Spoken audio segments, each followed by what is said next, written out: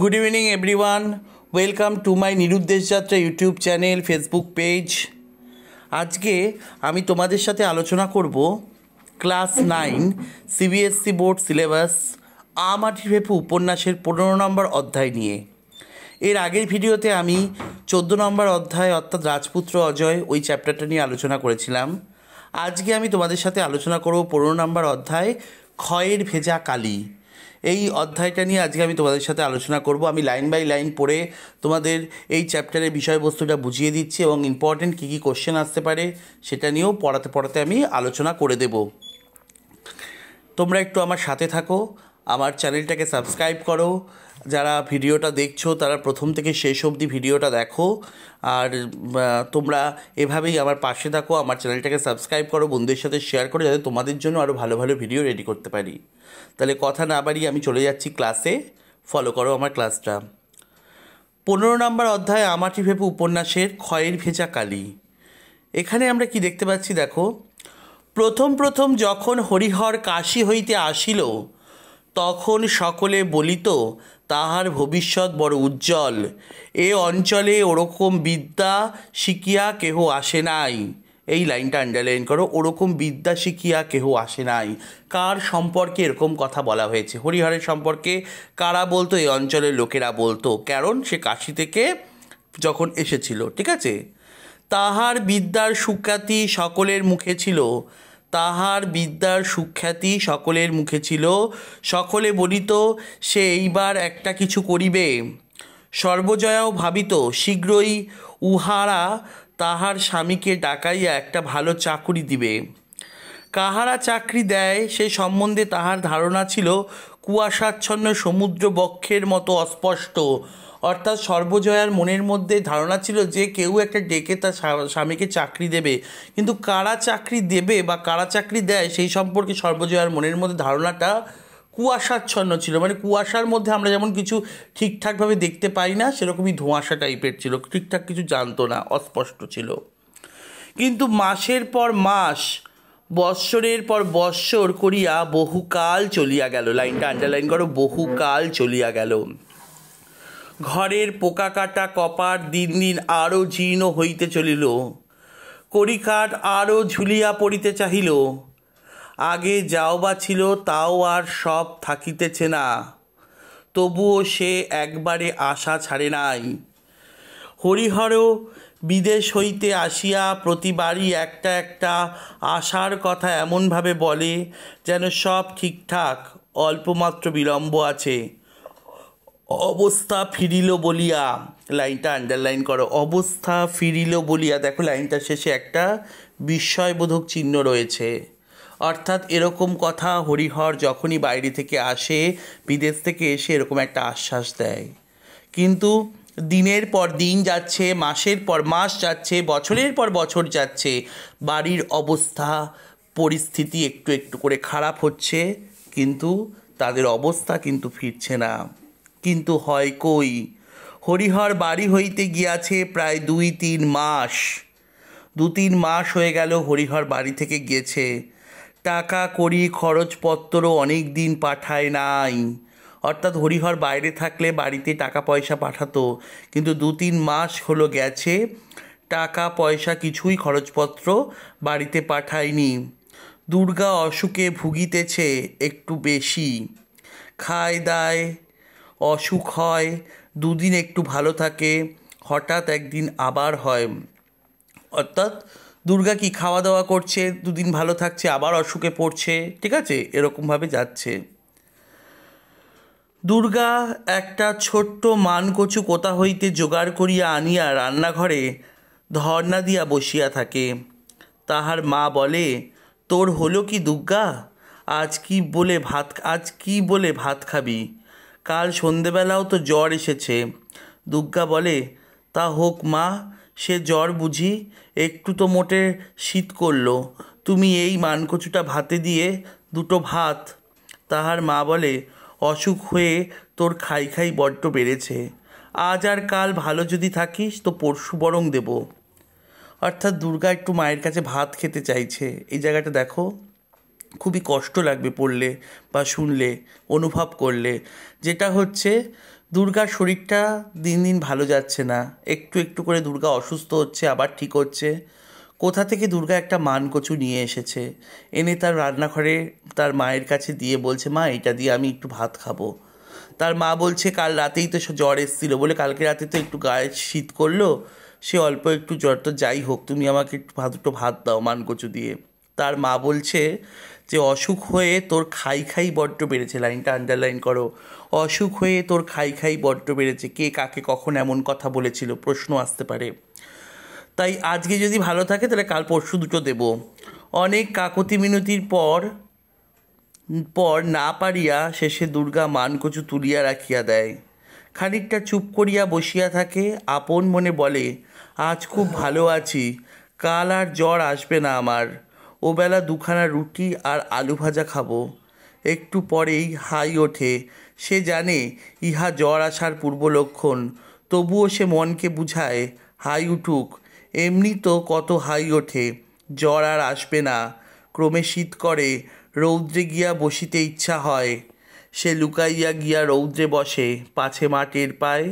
তাহার মন হু হু করে, ভাবে জ্বর জ্বর ভেবে এরকম হচ্ছে, সত্যি সত্যি জ্বর হয়নি। রাঙা রোদ শ্যাওলা ধরা ভাঙা পাঁচিলের গায়ে গিয়া পড়ে, বৈকালের ছায়া ঘন হয়।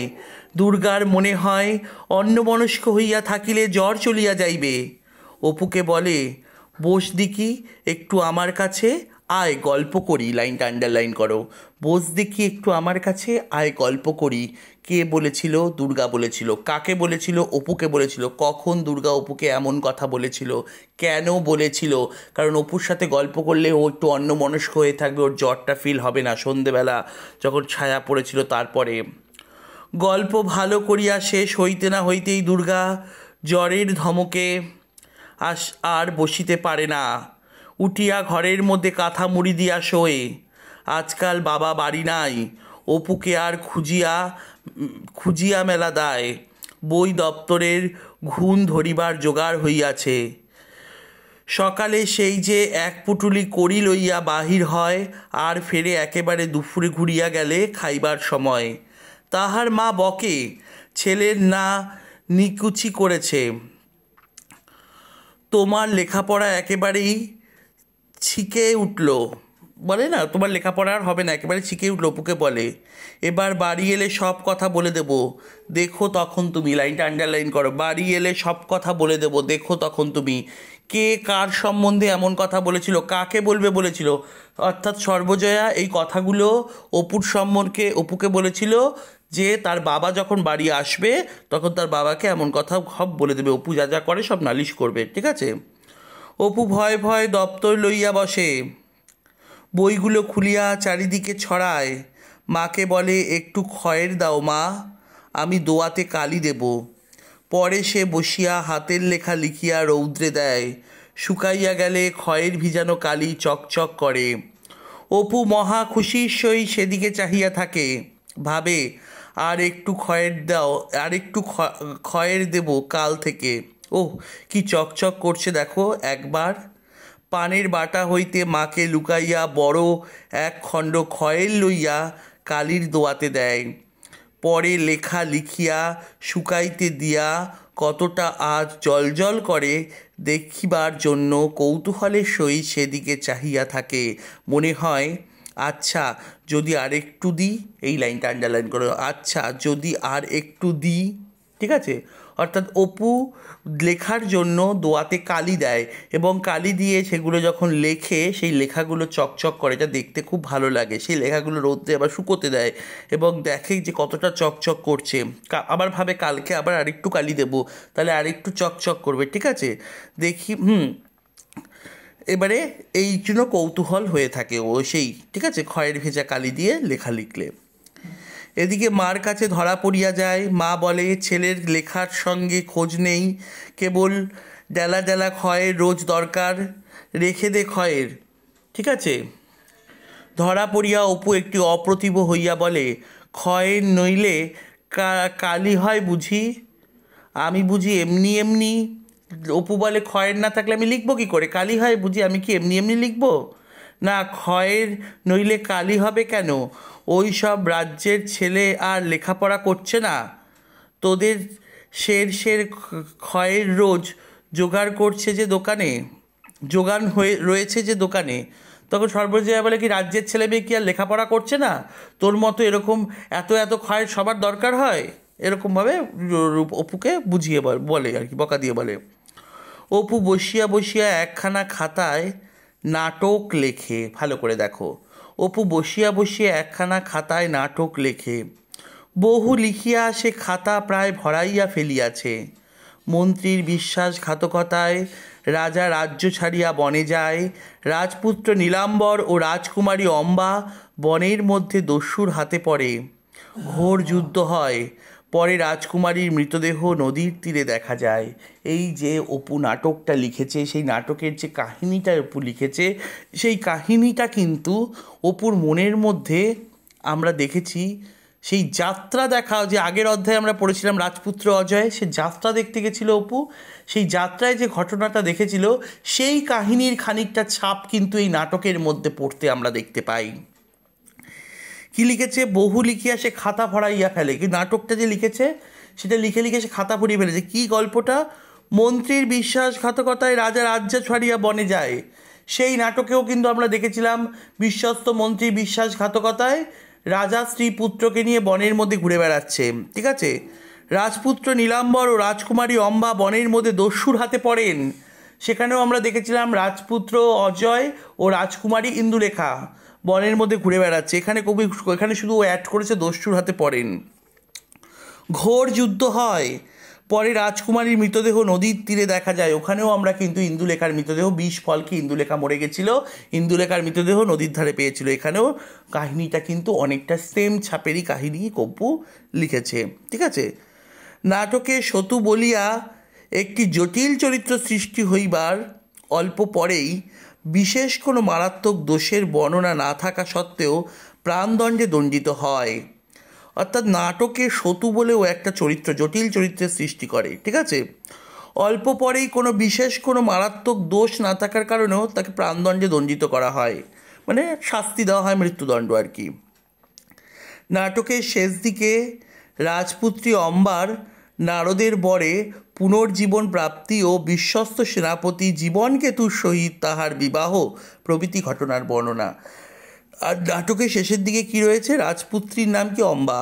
ওর নারদের কৃপায়, নারদের বরে পুনর্জীবন পায়, ঠিক আছে।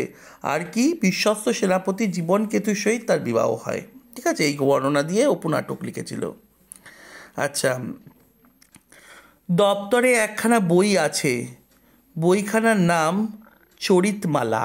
ভালো করে জানবে দপ্তরে যে বই। তাহলে আগের এখান থেকে আমরা কি প্রশ্ন আসতে পারে? অপুর কি নাটক, কি ধরনের নাটক লিখেছিল, সেই নাটকের বিষয়বস্তু কী ছিল, ঠিক আছে।